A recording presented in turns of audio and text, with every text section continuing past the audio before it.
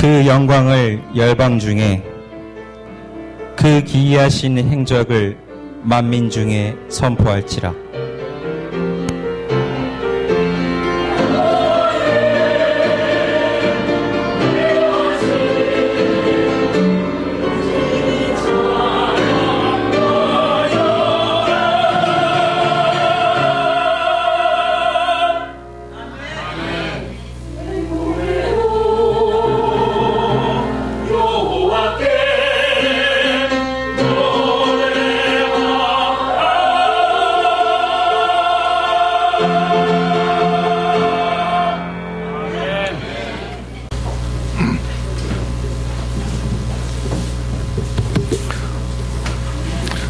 안녕하세요.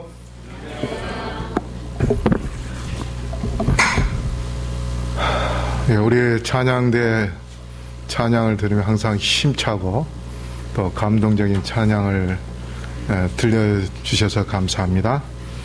우리 이기빈 전도사님, 네, 반갑습니다. 예. 자, 우리 옆에 분들과 함께 인사 나눌까요? 예수님과 함께 행복하세요 하면서 인사 나누겠습니다.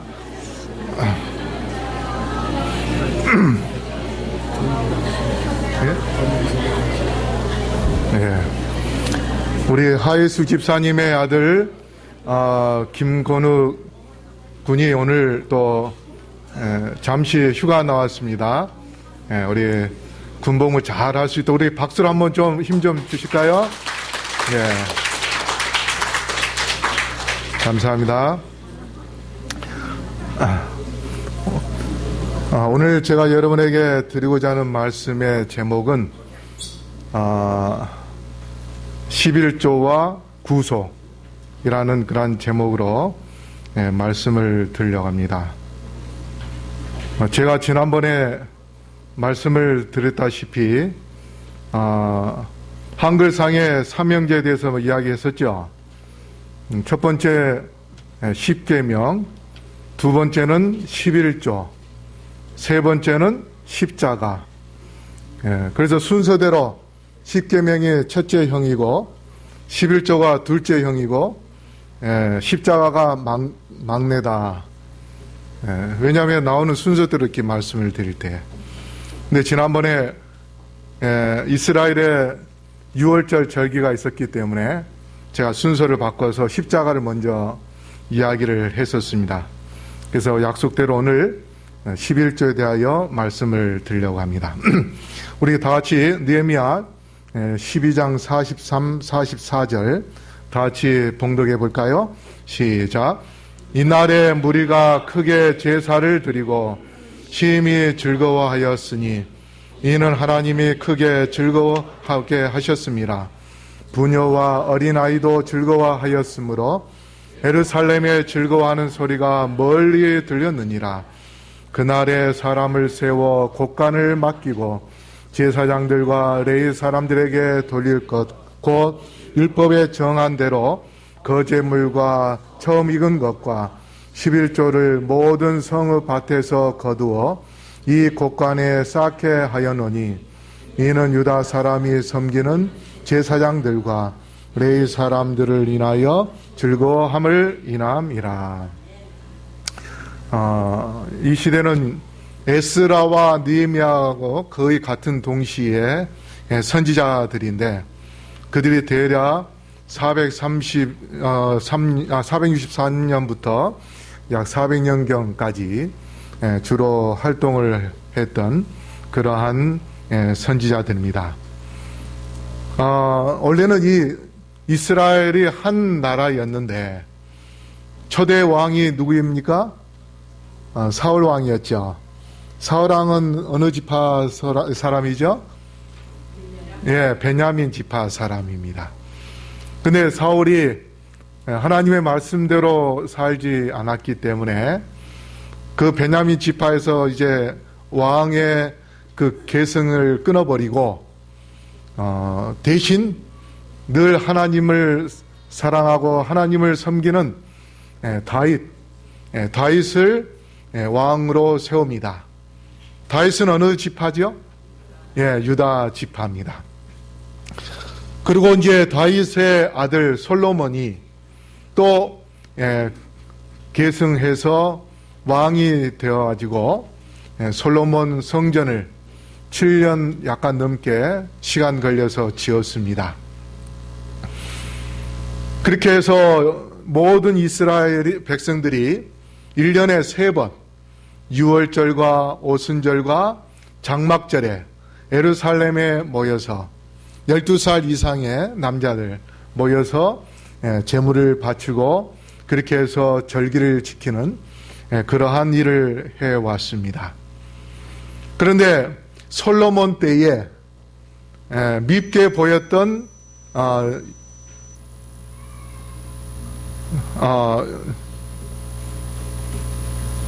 그 신하가 애굽으로 피난을 가고 난 다음에 이제 그 여로보암이 솔로몬이 죽고 난 다음에 다시 애굽으로 이스라엘로 옵니다. 근데 솔로몬의 아들 르호보암이 왕위를 계승을 했지만 젊은 사람들 말만 듣고 세금을 많이 거들고 그 다음에 폭정을 하고 하니까 백성들이 불만을 품고 이제 분열이 생기면서 여로보암이 10개 지파를 자기의 나라로 해가지고 북방 이스라엘을 만들고, 그 다음에 유다 지파와 그리고 베냐민 지파, 그 다음에 일부의 레위 지파. 왜냐하면 레위 지파는 예루살렘 성전이 있기 때문에 성전에서 제사를 지내는 그러한 봉사를 해서 그렇게 해서 두 개의 나라로 쪼개집니다. 근데 이스라엘 백성들이, 북방에 있는 이스라엘 백성들이 유월절과 오순절과 장막절만 되면은 양이나 소를 끌고 어디에 갖다 주고 오는 겁니까? 남방 유다에 갖다 주고 와요. 그래서 그것에 대하여 배아픈 여로보암이 자기가 애굽에서 있을 때 보니까 금송아지를 섬기는 그것을 보았고, 또 아론이 금송아지를 만든 그런 경력도 있고, 그래서 이제 북방 이스라엘에다가 금송아지를 세우는 성소를 지어버립니다. 그래서 이스라엘 백성들이, 북방 이스라엘 백성들이 우상 숭배하는 그 일에 앞장섰기 때문에 북방 이스라엘은 BC 722년에 망합니다. 그런데 그 영향도 또 누가 받냐면 남방 유다에서도 영향을 받아서 우상 숭배하고, 그 다음에 하나님께 제대로 예배도 안 드리고 그런 생활을 하고 하나님의 말씀을 거역하는 그런 생활을 하는 남방 유다도 바벨론에 의해서 BC 605년에 망하게 됩니다. 그래서 1차 느부갓네살 왕이 예루살렘을 쳐서 포로로 잡아가고, 세 번째 586년에 그 해에 솔로몬 성전 7년 6개월 정도 걸려서 지은 그 성전에 있는 모든 기구들을 다 갖고 나오면서 예루살렘 성전, 솔로몬 성전을 불태워버립니다. 그래서 솔로몬 성전 자체가 완전히 없어졌어요. 그러고 나서 이제 바벨론이 망하고 메데 페르시아가 이제 그 정복을 하고 난 다음에 고레스 왕에게 다니엘이 찾아가서 당신의 이름이 이사야 성경에 나온다. 그래서 이사야 성경에 보면 당신을 통하여 이스라엘 백성들이 나오게 귀환시켜 준다고 하는 말씀이 이사야 45장에 나온다. 그러니 당신이 하나님의 말씀에 따라서 이스라엘 백성들을 풀어주라. 그래서 고레스가 그 말이 어디 있는가? 성경에 보니까 자기 이름이 나온 거예요. 깜짝 놀랍니다. 그래서 그러면 너희들 데리고, 백성들 데리고 가라. 이미 70년 동안 바벨론에서 이제 살고 또 언어가 바뀌고 그렇게 했기 때문에 이제 많은 사람들은 거기에 남아있지만 이제 일부가 예루살렘에 돌아와서 성전을 짓게 되는데, 그게 두 번째 성전인 수룹바벨 성전이 515년에 완성이 됩니다. 그렇게 되어 있지만 사실 성전은 지지멸멸하게 그저 유명무실하게 그렇게 지켜 내려왔었습니다. 왜 그런가 하면 백성들이 거기에 많이 살지도 않았고, 예루살렘에 그리고 다 흩어져서 그냥 자기 먹고 살기에 바빴습니다. 그렇게 하다가 느헤미야가 성벽을 쌓았습니다. 그게 444년 6월 25일 날 성벽을 쌓아가지고 완성을 함으로 인하여서 이제 예루살렘이 성벽을 쌓음으로 인하여서 든든하고 안전하고, 그렇게 되니까 이제 백성들이 그 안에 들어와서 살게 됩니다. 그렇게 사람이 살게 됨으로 인하여 이제 예루살렘 도시가 어느 정도 제대로 갖춰지게 되는, 그렇게 됨으로 인하여 느헤미야가 성벽을 완성하고 난 다음에 중공 예배, 낙성식을 갖게 되는데, 바로 그 내용이 오늘 말씀 43절과 44절의 내용입니다. 다시 제가 읽어드리면, 이날에 무리가 크게 제사를 드리고 심히 즐거워하였으니 이는 하나님이 크게 즐거워하게 하셨습니다. 부녀와 어린아이도 즐거워하였으므로 예루살렘에 즐거워하는 소리가 멀리 들렸느니라. 여기 보니까 이날에 무리가 크게 제사를 드리고, 아까도 말씀드렸듯이 515년에 스룹바벨 성전이 지어졌기는 지어졌지만, 사실 스룹바벨 성전과 솔로몬 성전의 차이가 뭘까요? 뭐가 없습니까? 스룹바벨 성전에는 법궤가 없습니다. 에레미야 선지자가 그 법궤를 동굴 속에다 감춰놔 버렸습니다. 왜 그런가 하면 바벨론이 그것을 성전을 불태워 없애기 때문에 하나님의 법궤, 법을 불태워 없앨 수는 없고, 그래서 하나님께서 그 법궤를 에레미야 선지를 통하여 동굴에다가 숨겨두도록 했습니다. 근데 그것을 지금도 찾아보려니까 찾지를 못하는 겁니다.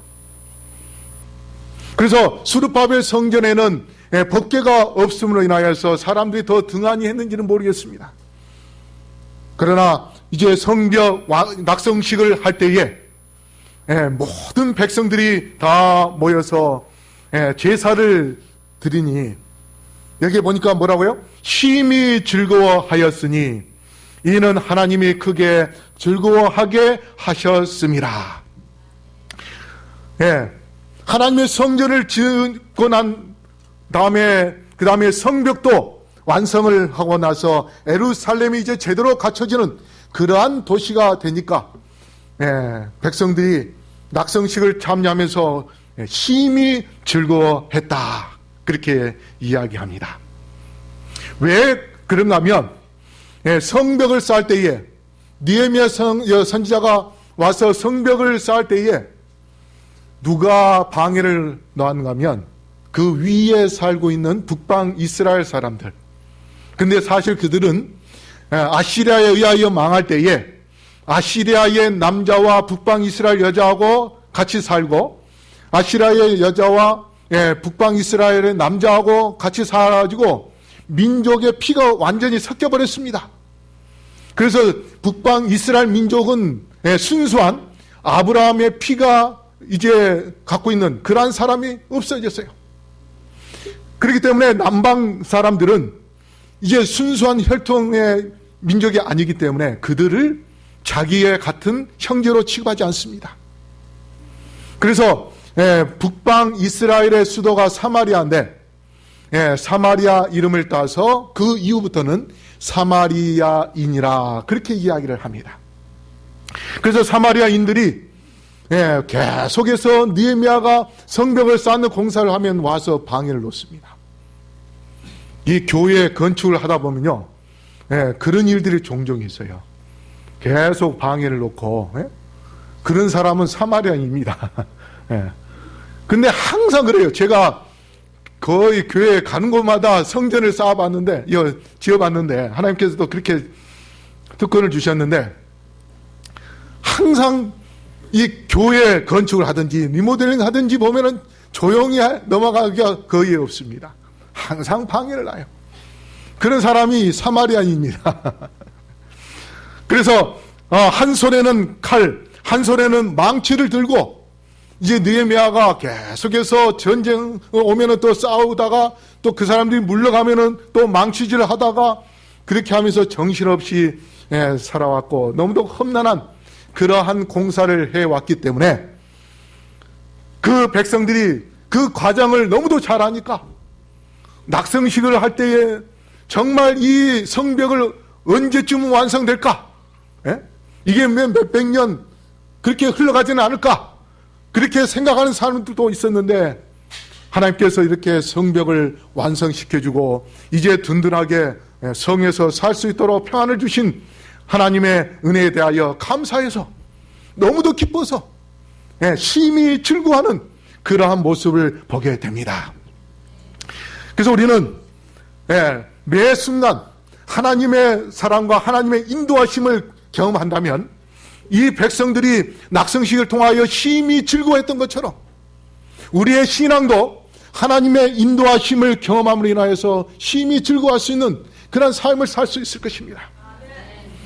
그래서 이제 이스라엘 백성들에게 있어서는 정말 그 순간 그들이 세상적으로 느낄 수 없는 그러한 신령한 기쁨을 맛보게 되는데 무엇보다도 바빌론에서 해방된 그러한 자유의 기쁨, 그 다음에 하나님의 도심으로 성벽을 완성하는 승리의 기쁨, 그 다음에 하나님이 크게 즐겁게 해주는 평안의 기쁨, 그리고 이제 제사를 드림으로 인해서 하나님께서 나를 택하시고 나를 용서해 주시고 하나님의 백성으로 삼아주심에 대한 은혜에 대하여 기쁨을 누리고, 그리고 제사장들이 무엇보다도 정말 거룩하게 그 제사를 드리는 그 모습을 통하여서 하나님의 임재하심을 느끼게 되는 그러한 신령한 기쁨을 맛보게 된 것입니다. 그러면 우리가 우리의 마음속에 늘 하나님의 인도하심과 하나님의 은혜를 우리가 깊이 느낀다면 정말 더 감사하게 되고 더 크게 느껴지고, 그래서 우리가 하나님과 하나 되는 그런 경험을 하게 될 것입니다. 그러므로 이 이스라엘 백성들처럼 심히 즐거워하는 그러한 신앙생활, 신령한 기쁨을 누리는 그러한 삶을 살기를 원한다면 하나님께서 우리에게 죄로부터 자유를 주시고 또 우리에게 지금까지 승리하여 이곳에 있게 해주시는 그러한 하나님의 사랑과, 그리고 하나님께서 평안으로 우리 은혜로 인도해 주심에 대하여 늘 감사하는 주님의 백성들이 되기를 바랍니다. 제가 1994년도에 사할린에 가보니까 사할린의 이 동포들이 거기에 한 3만 5천 명이 살고 있었는데요. 땅 크기는 남한보다 한 1만 평방미터 정도 더 넓은데 인구는 러시아인과 다 포함해서 한 65만 명이 살았어요. 근데 우리 교포들은 한 3만 5천 명이 있었는데 그분들한테 이렇게 이야기를 들어보니까 이 사할린이 왜 징용으로 끌려가는가 하면 원래는 사할린 땅이 러시아 땅이었습니다. 근데 러일 전쟁이 1905년도에 끝났는데 그때 러시아가 일본에 패전했습니다. 패해가지고 사할린의 절반을 일본한테 줬어요. 그래서 일본이 이제 징용으로 우리 조선인들을 끌고 가가지고 거기에 나무도 많고 석탄도 많고, 그 다음에 이 수산업 엄청납니다. 그 해산물 같은. 그래서 그런 것들을 캐가지고 일본으로 갖고 오고 그 다음에 전쟁 물자로 쓴 것입니다. 그래서 우리 조선족들이, 조선인들이 거기 가가지고 계곡을 잇는 그런 철다리를 만드는데 그걸로 인해서 수백 명이 죽을 정도로, 그러다가 결국은 일제가 이제 끝나고 러시아에 또 패전했죠. 2차 대전에. 그렇게 해서 물러나면서 우리 조선족 끌려갔던 사람들을 탄광에 완전히 몰살시키려고 그 안에다가 동굴 속에다 집어넣고 폭탄을 터뜨려서 몰살시키려고 하는데 그날 내일 만약에 몰살시킨다고 한다면 바로 오늘 밤에 러시아 군들이 쳐들어 내려와가지고 일본 군들이 할 수 없이 폭탄을 터뜨리지 못하고 도망가 버렸습니다.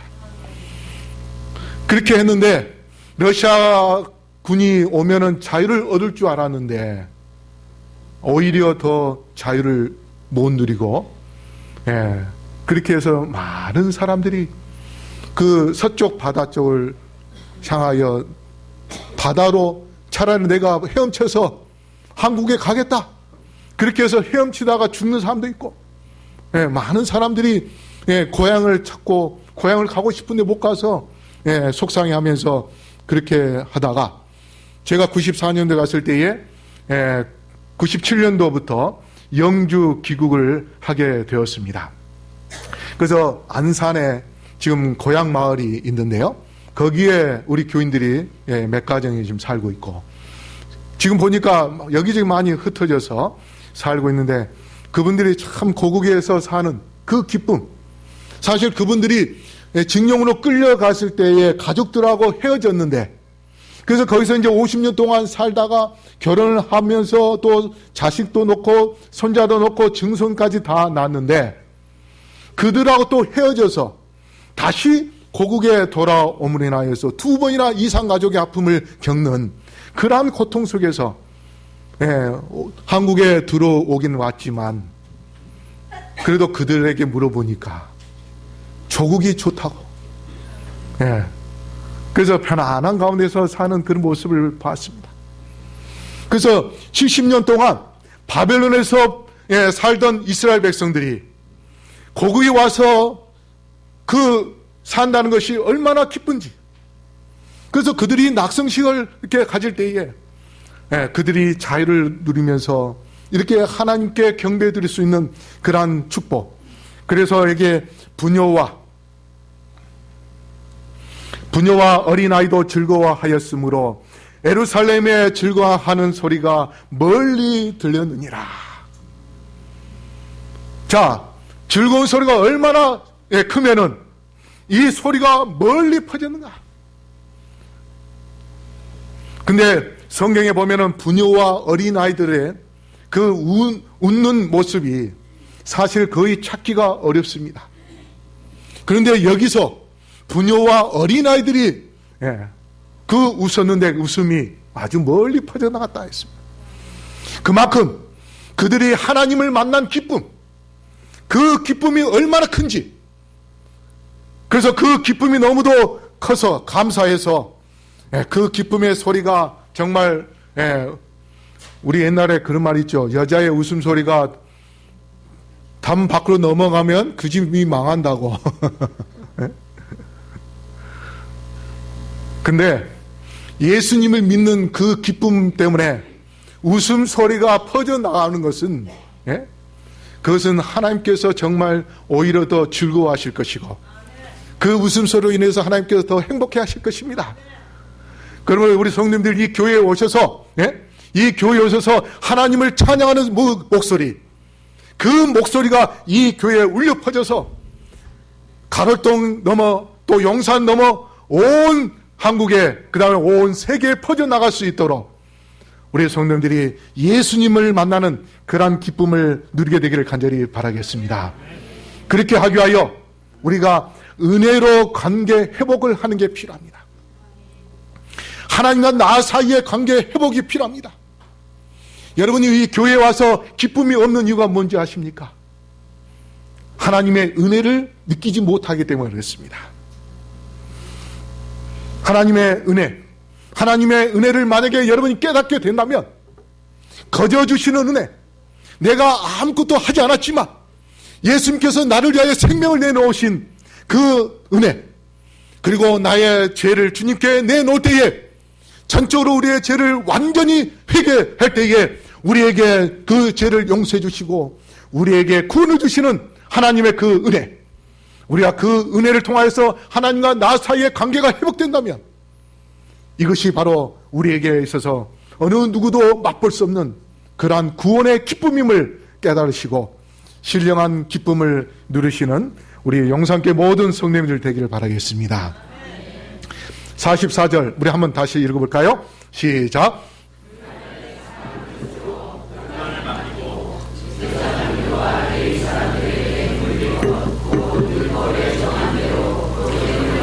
처음 익은 것과 시절을 모든 성읍 밭에서 거두어 이 곳간에 쌓게 하였노니 이는 유다 사람이 섬기는 제사장들과 레위 사람들을 인하여 즐거워함을 인함이라.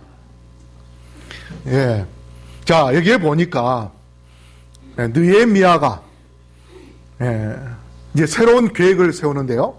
그 계획은 뭐냐면 예루살렘이 멸망을 한 이유가 뭔가? 그들의 조상들이 바로 우상을 숭배했기 때문에 멸망을 한 것입니다. 그래서 다시 이 낙성식을 하면서 이렇게 새롭게 갖춰진 이 예루살렘 성, 이것을 보존하려면은 우리가 영성을 회복하는 게 필요하다.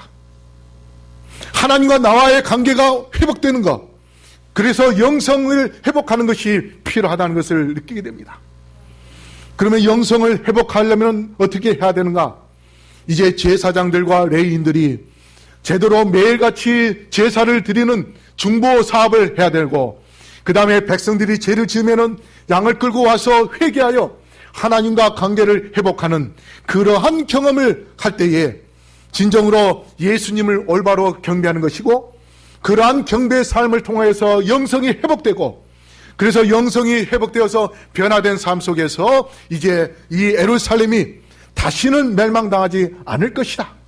그래서 이제 영성 회복의 절대적인 그런 필요를 느끼는 느헤미야가 그들을 위하여 제사장과 레위인들을 보호하기 위하여 정책이 필요하다는 것을 느끼고 실행한 것이 바로 무엇인가 하면 11조입니다.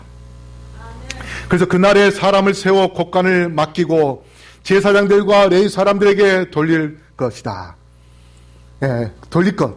그것은 뭐냐면 창고를 만드는데 제사장과 레위인들을 위하여 창고를 만듭니다. 그래서 백성들이 하나님께 11조를 드림으로 인하여서 이제 제사장과 레위인들은 직업을 가지지 않고 평안한 가운데서 하나님의 일을, 그 직분을 감당할 수 있도록 그렇게 하는 것입니다. 그렇게 할 때에 진정으로 영성이 회복되는 그러한 놀라운 축복이 있음을 느헤미야가 그것을 알고 이제 백성들로 하여금 그러한 11조를 드리게 하는데, 여러분 사실 제사장들은 어린 양을 통해서 중보 사업을 함으로 인하여 백성들은 구원에 대한 확신을 갖게 됩니다. 바로 그것이 무슨 사업이냐면 구속 사업입니다. 내 죄를 그 양에게 다 넘기고 그 다음에 제사장은 그 피를 받아서 그 피를 누구에게 넘기는 겁니까? 휘장에게 뿌림으로 인하여서 예수님께 넘기는 것입니다. 그래서 우리의 모든 죄를 다 주님께 드리는 것입니다. 그래서 주님은 우리의 죄 때문에 죽어야 된다는 것을 그 매일같이 드려지는 그 제물 어린 양을 통하여서 보여주고 계십니다. 그러므로 여러분 예수 그리스도를 통하여서 구속을 받은 자들은 이제 나의 것이 아니다는 것을 갖게 되는 것입니다. 나는 내 것이 아니고 나를 구속해 주신 하나님의 것이라고 인정하게 되는 것입니다. 바로 이것이 청지기의 출발이요, 우리가 하나님의 성실한 그러한 신실한 청지기가 될 수 있는 그러한 시작이 되는 것입니다. 여러분 청지기라는 것은 뭡니까? 청지기는 청지기의 주인이 있습니다. 그리고 청지기에게 돈을 받고 고용당해서 그 집 주인의 재물을 관리를 하는 그러한 일을 하는 사람이 청지기입니다. 그래서 구약에서 성실한 청지기를 뽑는다면 누굴 뽑을 수 있을까요? 여러분 생각나는 사람 중에 누가 있습니까? 요셉입니다. 요셉은 보디발의 부인까지도 건들지 않고 철저하게 주인의 것을 구별하는 그러한 생활을 했기 때문에 그가 그렇게 신실한 청지기 생활을 하기로 인해서 하나님께서는 그를 어디까지 올려놨습니까? 총리까지. 그래서 우리가 예수 그리스도께 은혜를 입고 예수님을 통하여서 구속을 받은 그런 확신을 갖는다면 여러분의 마음속에 나의 모든 것은 내 것이 아니고 하나님의 것이라는 것을 인정하게 될 것입니다. 그럴 때에 우리는 하나님의 청지기가 되는 것이고, 우리가 요셉처럼 신실한 그런 청지기의 삶을 산다면 우리의 그 구속이 참으로 하나님의 놀라운 축복이 될 수 있음을 기억하게 되길 바랍니다. 여기에 거제물과 처음 익은 것과 11조를 모든 성읍 밭에서 거두어서 드린다. 여러분 대부분 제사장을 위해서 뭘 드리냐면 처음 익은 것을 줬습니다. 처음 익은 거. 11조와 처음 익은 것을 줬어요. 처음 익은다는 것은 무슨 의미인가 하면, 여러분 이 씨를 뿌리고 그 다음에 싹이 나고 그 싹이 자라는 모습이 보면 어떻습니까? 신기하죠? 어떻게 그것이 이렇게 쏙쏙쏙 올라오는지. 그 다음에 나무도 보면 나무가 딱딱한데 그 딱딱한 나무에서 푸릇푸릇한 그 싹이 나고 그것이 크고 그 다음에 꽃이 피고 그곳에서 그 다음에 꽃이 떨어지면은 뭐가 맺어요? 열매가 맺어지고 그 다음에 그 열매가 또 어떻게 점점 커가지고 맛있게 되어서 내 입에 쏙 들어오는지. 그래서 이 하나님께서 생명을 주시고 그 다음에 나에게 이러한 수확을 갖게 해주신 은혜에 대하여 감사해서 그 첫 수확을 제사장에게 드리는 겁니다. 하나님의 은혜에 대하여 이것은 하나님의 것입니다 하는 그러한 것을 인정하는 그러한 의미로 하나님께 드리는 것입니다. 그것은 또 무엇을 의미하는가 하면 예수님의 부활을 상징하는 것입니다. 그래서 첫 수확물을 하나님께 드리는 것은 우리의 장자 되시는 예수님께서 죽었다가 다시 살아나실 것에 대한 그러한 의미로, 그래서 첫 수확에 대하여 감사하는 마음을 갖는 자는 예수 그리스도의 부활에 대한 확신을 갖는 자요, 그 영혼은 예수님께서 이 땅에 오실 때에 주님의 재림 전에 혹 죽는다 할지라도 다시 부활할 수 있음을 믿는 그런 믿음이 있음을 여러분이 아시고, 그래서 첫 수확물을 하나님께 드릴 수 있는 그런 마음. 제가 이 서울 삼육에 있을 때에 제가 신앙생활을 하면서 또 목회를 하면서 처음 경험한 게, 제가 5년 동안 있으면서 어느 날 봄에 저희 집에 문을 두들겨 해서 누구냐 했더니 교양선생님 사모님이에요. 그래서 상추하고 이 고추를 가져왔어요. 그래서 이게 뭐냐 했더니, 우리도 지금 밭에, 집 마당 앞에 밭에서 심어놨어요.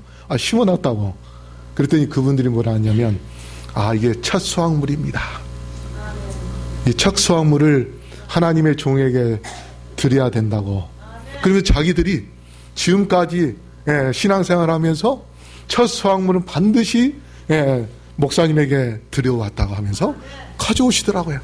야, 정말 이렇게 훌륭하시구나. 그래서 그분은요, 교장도 빨리 됐어요. 그리고 편안했습니다. 늘 하나님을 생각하는 그런 마음, 그런 마음을 갖고 있기 때문에 하나님께서 그렇게 축복을 주시는 겁니다. 여러분, 이 11조와 십자가 아주 깊은 관계가 있습니다. 십자가를 통하여 내가 구속받고 나는 이제 하나님의 것이라고 인정하는 그 마음을 가질 때에 하나님께서 주시는 모든 것은 내 것이 아니고 하나님의 것입니다. 그래서 우리가 하나님의 것을 어떻게 활용하고 어떻게 하나님의 영광을 위하여 사용할 것인가 하는 그런 마음을 가질 때에 우리는 그 11조를 통하여서 하나님의 나를 구속을 해주신 거기에 대하여 감사의 표현을 하는 것이고, 그리고 하나님 것을 인정할 때에 하나님께서 우리에게 뭐예요? 놀라운 축복을 주시는데, 그게 바로 뭡니까? 구원의 축복입니다. 그래서 유다 사람들이 섬기는 제사장들과 내 사람들 인하여 즐거워함을 인함이라.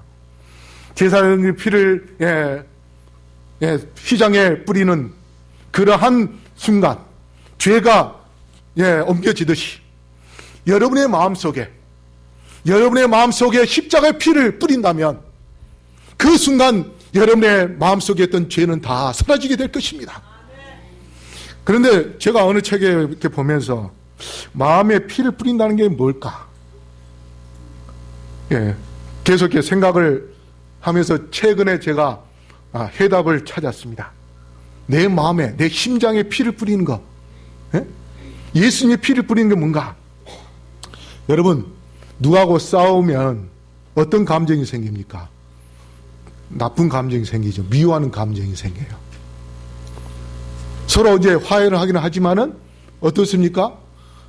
누구하고 이야기하다가 그 김집사에 대해서 이야기를 많이 한다면, 예를 들면, 그러면 그 화해는 했지만 앙금이 남아 있으니까 그 상대편에게 좋은 말을 할까요? 나쁜 말을 할까요? 나쁜 말을 하게 되겠습니다. 이 감정의 앙금, 미운 마음, 그게 마음에 남아 있는 것.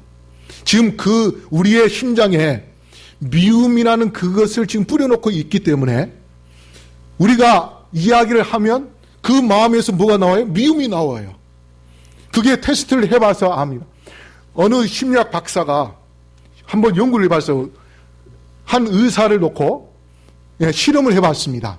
그의 몸속에 혈압계와 그 다음에 심장 박동하는 거 이런 것들 다 설치를 해놓고, 그러고 난 다음에 병실 진짜 진료실을 6개를 놓고서 혼자서 6개의 진료실을 다 다니면서 환자를 보게 했습니다.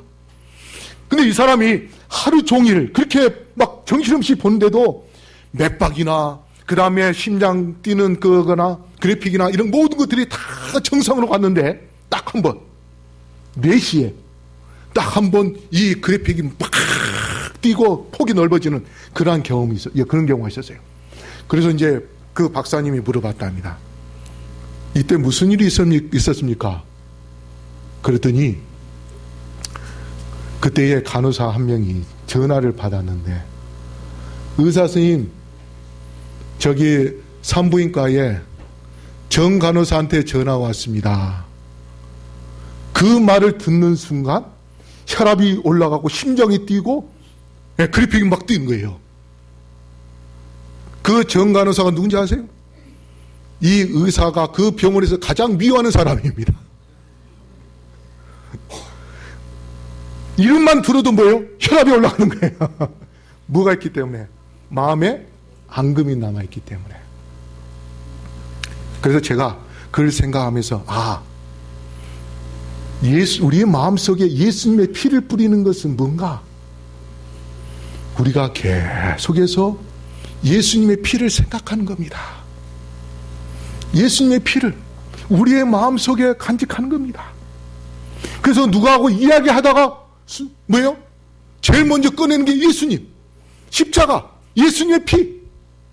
여러분이 대화를 나누면서 제일 먼저 예수님의 피에 대하여 이야기할 수 있는 사람은 여러분의 마음속에, 심장에 피가 뿌려져 있는 사람입니다.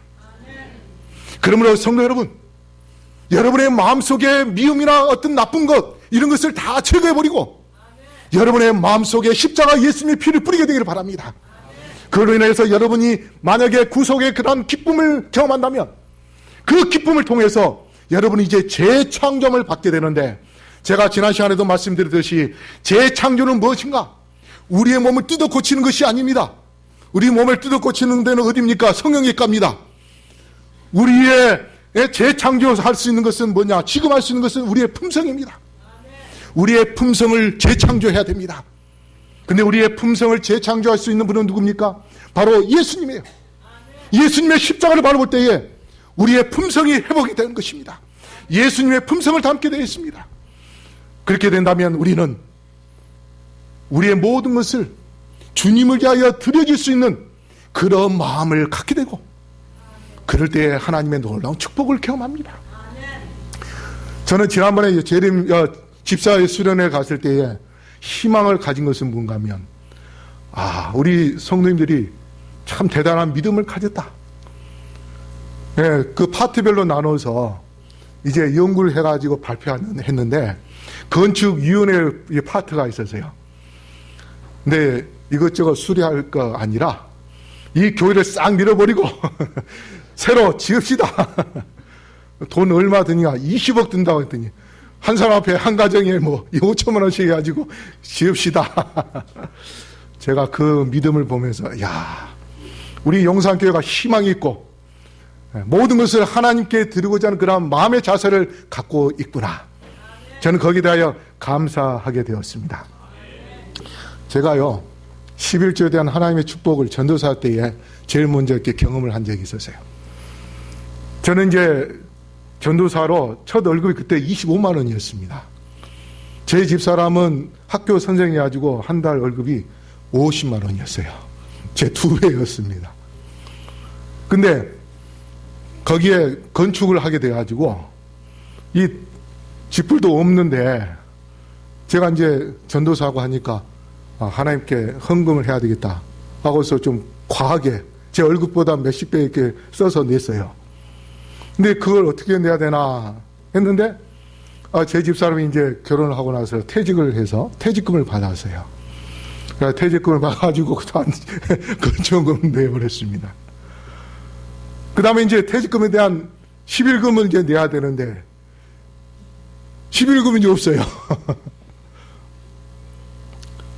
그래서 제가 이제 월급을 받자마자 집사람하고 고민을 했어요. 어떻게 할까? 11금에 대한, 당신의 그 퇴직금에 대한 11금을 내야 될까? 아니면 그걸 내버리면 한 달 동안 먹고 살 게 없어요. 그래서, 이거 내면은 먹을 게 없는데 어떻게 하면 좋겠는가? 같이 의논하다가 우리 하나님께 믿고 내자. 그래가지고 이제 제 월급 받은 걸 다 이제 11금을 냈습니다. 한 달 뒤에 계산을 해보니까요, 오히려 돈이 남았습니다. 그리고 생각지 않는 분이, 제가 거기에 이제 살면서 몇 달 사는데도 저희 집에 한 번도 찾아오지 않던 한 집사님이 시골에서 올라왔다면서 저희 집에 오는데 먹을 걸 잔뜩 싸가지고 들고 온 거예요. 그 다음에 또 시골에서 저희 처가에서 쌀을 보냈다고 전화가 왔어요. 바로 제 집 앞에가 대신 화물이었는데 그 화물에서 쌀 한 가마를 더 찾아왔죠. 이리저리 하다 보니까 정말 하나님께서 그래서 시험해 보라 하는 그 말씀을 제가 그때 경험을 하게 되었습니다. 우리가 나의 것은 내 것이 아니고 하나님의 것이라고 인정할 때에 하나님 우리에게 축복 주신다. 여기 증거보험 1권 374조 우리 한번 읽어볼까요? 시작. 모든 11조를 창고에 드리면 순종하는 자들에게 하나님의 축복이 부어질 것이라는 약속이 여기에 주어져 있다. 여러분, 11조는 구속 사업을 위한 것입니다. 지난 월요일 날 제가 이렇게 쉬고 있는데 제 친구한테 전화가 왔어요. 치과 원장인데 이 친구가 저보고 어디 바람 쐬러 가자고. 그래서 이제 좋은 데 구경시킨다면서 이제 점심도 사주고 저녁도 사주더라고요. 그 친구가 이제 그 교회 선교회장인데 이 친구가 자기가 신조가 뭐냐?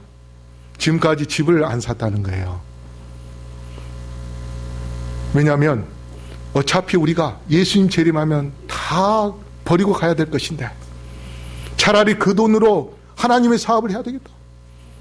요새 이제 선교, 전도에 막 이 필이 꽂혀가지고요. 말만 하면 그 친구는 전도에 전도. 교회가 해야 할 일이 뭐냐? 제일 먼저 해야 할 일이 전도다.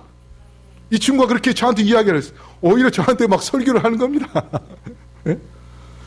예배는 셋째다. 첫째는 전도요, 두 번째는 봉사요, 셋째는 예배다. 근데 우리는 지금 거꾸로 하고 있다. 전도해야 돼요. 하이프인의 그게 뭡니까? 사도행적에 영혼 구원의 기관이라 했습니다. 교회는. 우리가 복음을 전해야 돼요. 그래서 그 친구는 돈을 자기는 아끼지 않고 전도하는 데 다 쓰겠다는 것입니다. 그래서 집을 사지 않는다는 것입니다.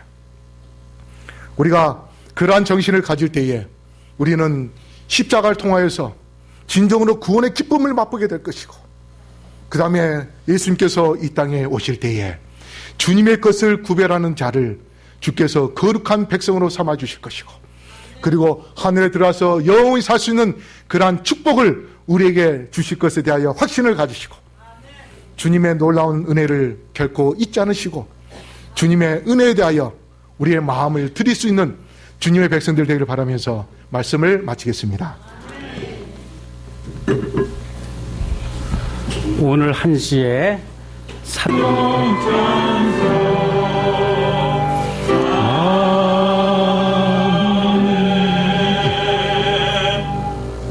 사랑의 아버지 하나님, 주께서 저희들을 보혈의 피로 구속해 주시고 죄를 사하여 주셔서 구원의 기쁨으로 살게 해 주시니 감사합니다. 이제 주께서 저희들을 피로 사신 우리의 모든 것은 주님의 것이니 매 순간 어떤 작은 것이라도 우리가 그것을 가질 때에 주님께 감사할 수 있도록 인도해 주시옵소서. 우리가 주님의 것으로 인정하여 다시 주님의 뜻에 따라 드릴 때에 하나님께서 그 11조를 통하여 시험하고 또 축복해 주시겠다고 약속하신 그 모든 것들을 우리가 경험하면서 하나님의 살아계심을 믿고 산 믿음을 소유하는 우리 모두가 될 수 있도록 축복해 주시옵소서. 오늘 드려진 모든 주님의 자녀들에게 그 손길마다 축복해 주시옵시고 하나님의 사업을 위하여 헌신하는 아름다운 마음 속에 기쁨과 즐거움이 넘치게 하여 주시옵시고 하는 모든 사업이 형통할 수 있도록 도와주시며 가정이 건강하고 평안하며 또한 행복한 그러한 하나님의 가정이 될 수 있도록 축복하여 주시옵기를 우리를 지금도 사랑하시는 예수 그리스도 이름으로 간절히 축원하옵나이다. 아멘.